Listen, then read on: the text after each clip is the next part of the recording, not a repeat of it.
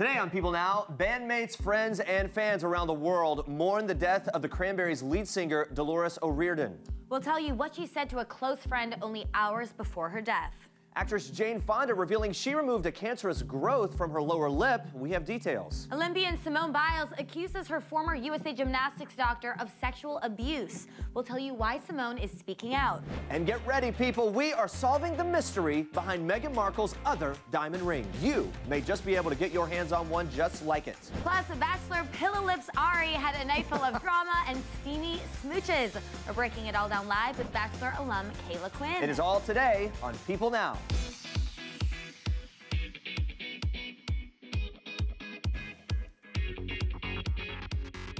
Good morning. Happy Tuesday, everyone. Welcome to People Now. We'll jump right into things. Here's what you need to know and what is trending for today. As you've probably heard by now, 90s alt-rock band The Cranberries has lost its lead singer. Friends and family of Dolores ORiordan were shocked by her sudden and unexpected death on Monday, including those who were in contact with her just recently. In a statement obtained by People, ORiordan's longtime friend Dan Waite revealed the 46-year-old Irish musician had left a voicemail on his phone only hours before she died, in which she said that she was looking forward to seeing him in the studio and recording vocals. Waite went on to say that ORiordan, quote, sounded full of life. The news of her passing is devastating.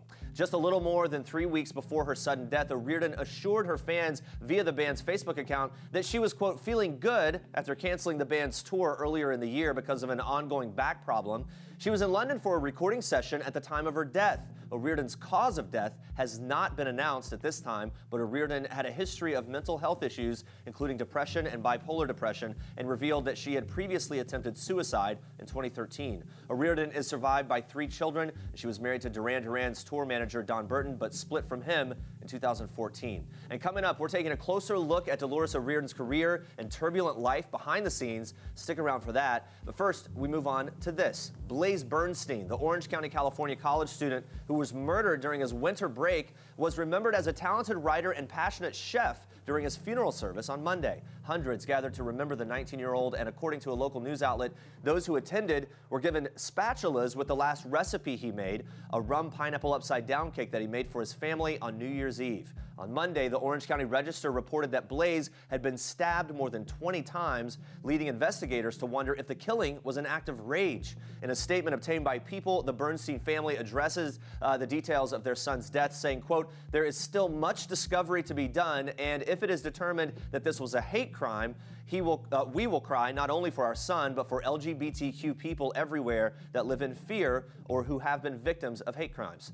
The student's body was found last Tuesday in the brush surrounding Grego Park in Lake Forest, California, where he was visiting his parents. And last Friday, the Orange County Sheriff's Department named Blaze's high school friend, 20-year-old Samuel Lincoln Woodward, as the suspect in the case and arrested him on suspicion of homicide.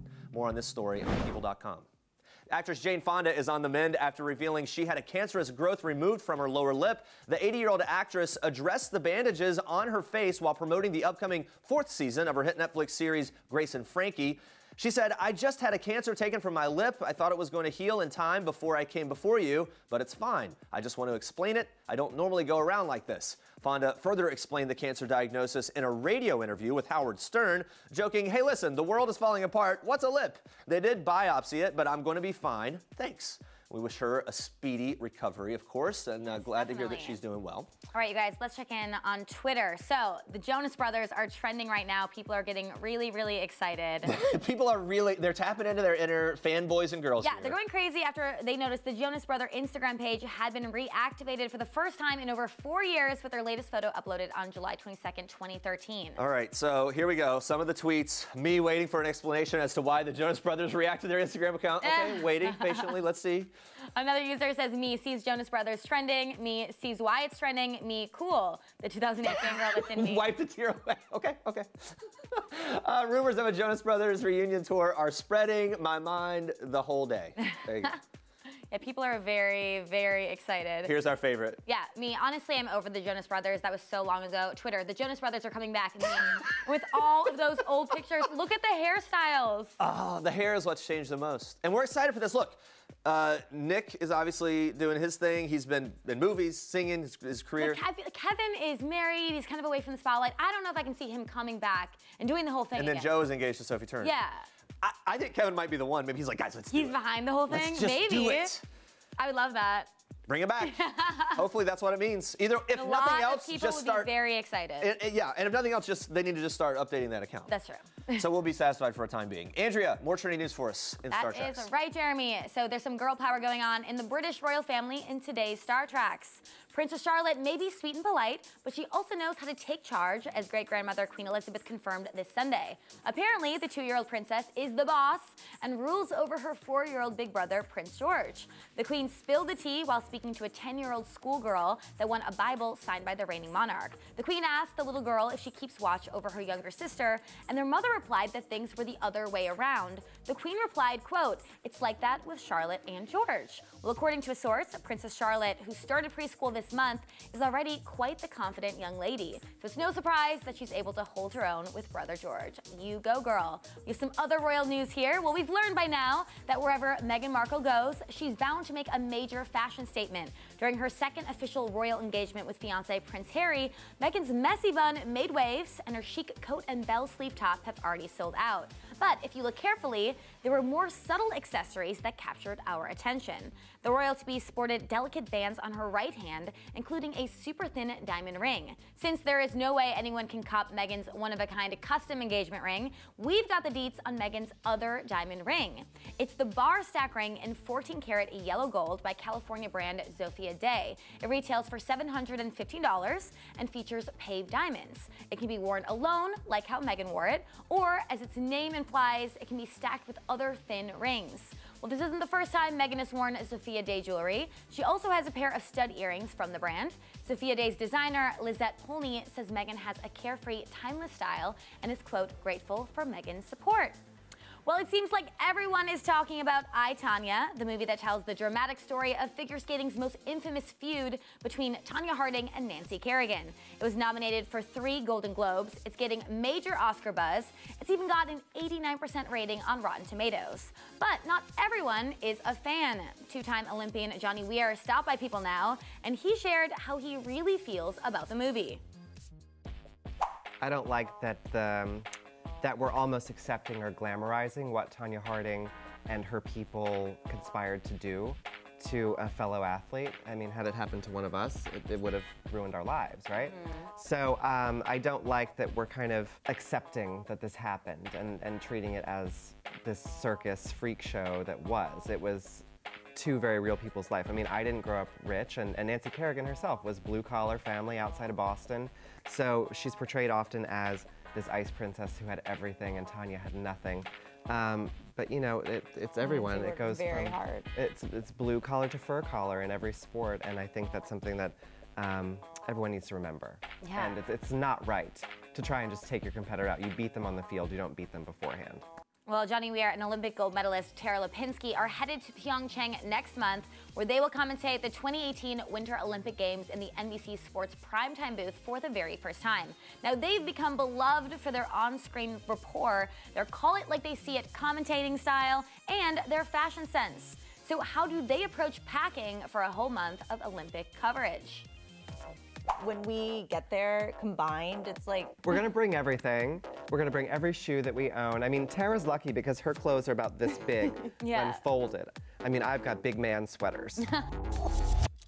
Well, I personally cannot wait to see their outfits, and we'll have more with Tara Lipinski later on. You won't believe what she's revealing about her gold medal. And those are your Star Treks for today. All right, guys, we've been talking about, of course, that big story, the death of the Cranberries lead singer Dolores ORiordan. We have more background now on that death. She was 46 years old. The cause of the death still unannounced at this time. Yeah, a little background of her. She began singing when she was just 5 years old. She shot to superstardom with the Cranberries. Some of her hits include Zombie, Linger, and Dreams. Yeah, big hits worldwide, the songs that everyone knows. Behind the scenes, life was really turbulent for her, though. She previously revealed she was sexually abused as a young girl. She'd been through a lot. Yeah, and she also was very open. She opened up about suffering from mental health issues, including depression and bipolar disorder, and her struggles with alcohol abuse. Yeah, ORiordan divorced her husband of 20 years, former tour manager for Duran Duran in 2014. Shortly after that, she was arrested and charged in connection with an assault on a flight, kind of a bizarre incident there. Yeah, and after that incident, she went under the care of a psychiatric doctor, and ORiordan herself confirmed her bipolar disorder diagnosis. She also revealed that she tried to overdose in 2013. Her cause of death, though, as we said, it's still unannounced at this time. Yeah, it's still unannounced, but if you or someone that you know is considering suicide, please contact the National Suicide Prevention Lifeline at the number below. And we'll have updates on that story on People.com as they continue to develop. And now onto this, though. Olympic gymnast Simone Biles has joined the list of athletes accusing former USA Gymnastics team doctor Larry Nasser of sexual abuse. Yeah, the 20-year-old gold medalist wrote this in a letter shared on Twitter Monday afternoon. Now, part of it said, "I too am one of the many survivors that was sexually abused by Larry Nasser. Please believe me when I say it was a lot harder to first speak those words out loud than it is now to put them on paper. There are many reasons that I have been reluctant to share my story, but I now know it is not my fault." Really a bold statement and coming out with things there. She called Nasser's behavior completely unacceptable, disgusting, abusive. She says she was told to trust the disgraced physician. So really telling a heartbreaking confession from her. Yeah, and she says that she's currently struggling with the fact that she'll train for the 2020 Olympics in the same facility where she was allegedly abused. Biles' Olympic teammates, Ali Raisman, Gabby Douglas, they are among the over 140 women and girls who have accused Nasser of sexual misconduct. And now this week, Nasser will be sentenced in a Michigan federal court on 7 counts of criminal sexual assault, which he pled guilty to in November of 2016. Now, this was reported by CNN. Of course, our thoughts are with Simone, all the athletes who have come forward, and we switch gears now to take a look at this. Watch. I am pregnant. I'm super nervous, but really excited. There's a million different emotions that are going on in my brain, but I think I'm in a state of shock. I almost can't believe it, but in good shock. There you go, Khloé Kardashian finally revealing that she's pregnant on Keeping Up with the Kardashians. Yeah. Monday night, the show's catching up. I know, we're catching up. Well, before revealing the big news to her family, Khloé admits to feeling bloated and sluggish during a workout with Kourtney. She knew something was up. Something was going on. In another scene, cameras show Khloé reading a pregnancy test, telling her assistant that she's pregnant. Yeah, now she admits to cameras that she and NBA boyfriend Tristan Thompson were planning on trying to start a family over the summer. Yeah, so it all makes sense. It all does make sense. The couple, though, decided to announce the big baby news at Kris Jenner's barbecue with Tristan's family in town. They went, so they were all there. Yeah, now, of course, once Khloé revealed she was expecting, Kris, Kourtney, and Kim embraced her. They're obviously very, very happy for her. Big moment. Kourtney jokes. She says, "No wonder you gained a few pounds." Typical Kourtney factor.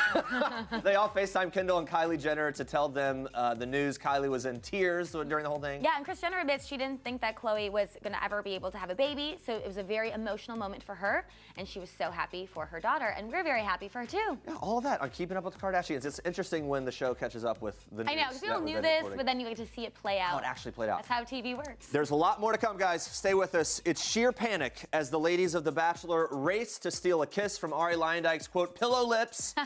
Kayla Quinn joining us live to break it all down. Plus, we've got all the juicy details from last night's most explosive episode of Bravo's Vanderpump Rules. Stick around. But first, it's time for Oh Snap! Halle Berry stood out from the crowd at the 49th annual NAACP Awards on Monday. The actress, who was nominated for her role in the movie Kidnap, stole the show in a sexy sheer Urim Acra dress from its fall 2016 ready-to-wear collection. The strapless dress had completely sheer panels on the booty and all the way up the leg. Now, if things couldn't get any more exciting, Berry also ran into Orange is the New Black star Laverne Cox at the event and brought her to tears. Cox shared the run-in on her Instagram and admitted that she completely fangirled over meeting Halle, who had been a huge inspiration to her for a long time. She also called Halle sweet and thanked her for her incredible career. How lovely, and they both look amazing. They definitely do. And a match made in sports fan heaven. Danica Patrick officially confirmed that she's dating Green Bay Packers quarterback Aaron Rodgers. Danica was newly single after ending a nearly 5-year-long relationship with fellow driver Ricky Stenhouse Jr. last month, and Aaron split from longtime girlfriend Olivia Munn in April 2017. Patrick and Rodgers first met at the ESPY Awards in 2012. Though she's a known Chicago Bears fan, she's always rooted for Rodgers and joked, quote, "Now I am probably going to cheer for the whole team." You bet she is. And good luck to those new lovebirds.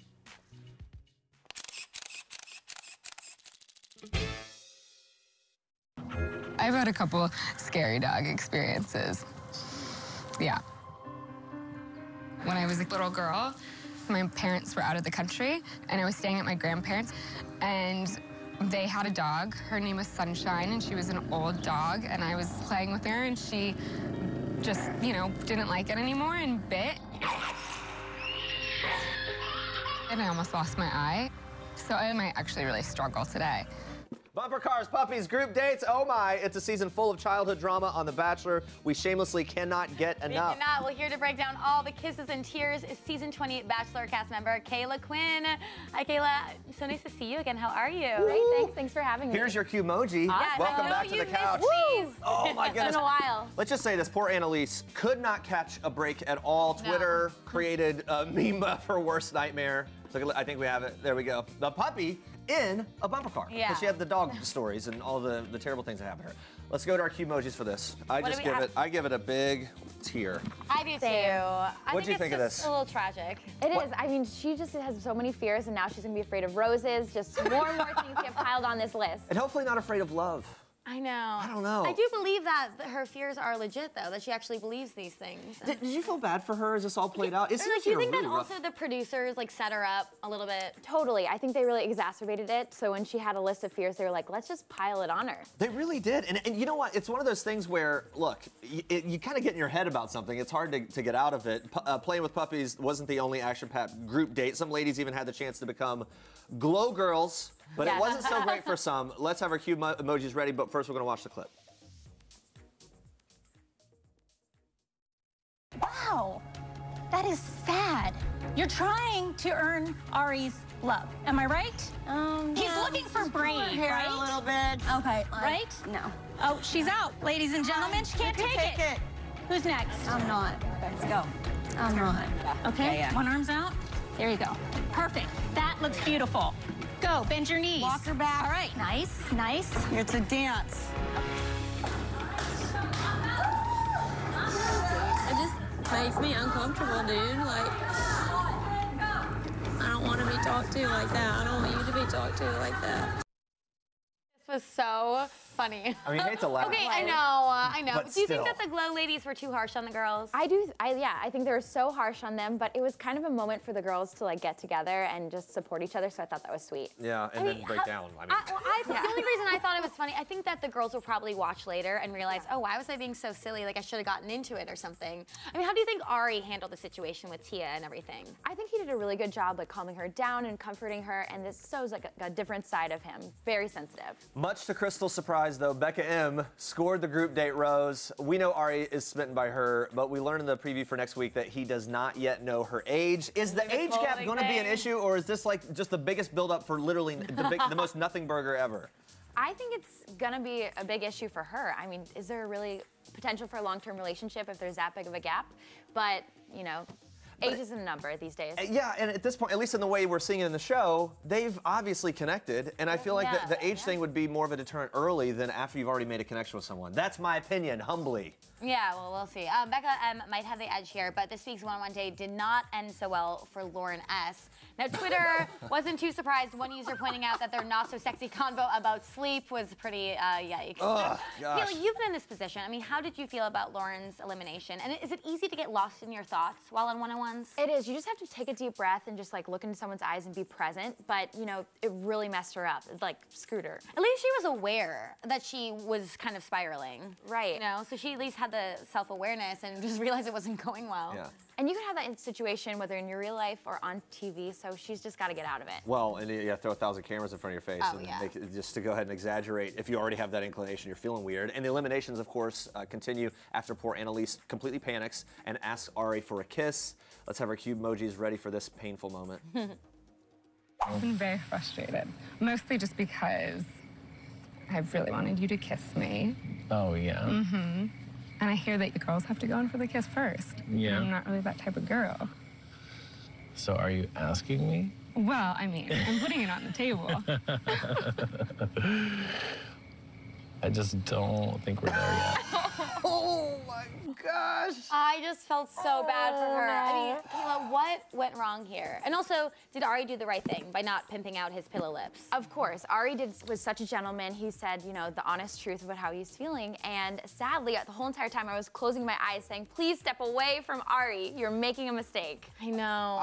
Listen, it was so cringeworthy. The most cringeworthy moment I can recall in Bachelor history, for a while anyway. Definitely, I think, for this season. And all the other girls were like, I can't even watch her go back. But I was proud of of her for going back later and kind of owning the situation. He escorted her out, that whole thing. It seems like she seems like such a sweet girl. She just got off on the wrong foot, and then it just couldn't recover from there. As my wife and I were watching, and she was just like, you know, like once you get in your head like that, there's no going back, and that's just what happens. She was so focused. She needs to watch that movie. He's not that into you. Truly, yeah. But when you got a guy like Ari who's kissing everyone, it's even more of a slam when he doesn't kiss you. Anyway, rounding out the episode, Bibiana, the final lady sent home. Poor Bib, she didn't even really get the chance to sit in her daybed, and she tried. It's rejected. Twitter was so upset by this. Kayla, you even tweeted this crying gif of yourself after the news. What are you going to miss most about Bibiana? I'm going to miss her realness. She always brought it, and she was always herself. And the thing is, she was so comfortable in this situation, which is so awkward, so a lot of credit to her.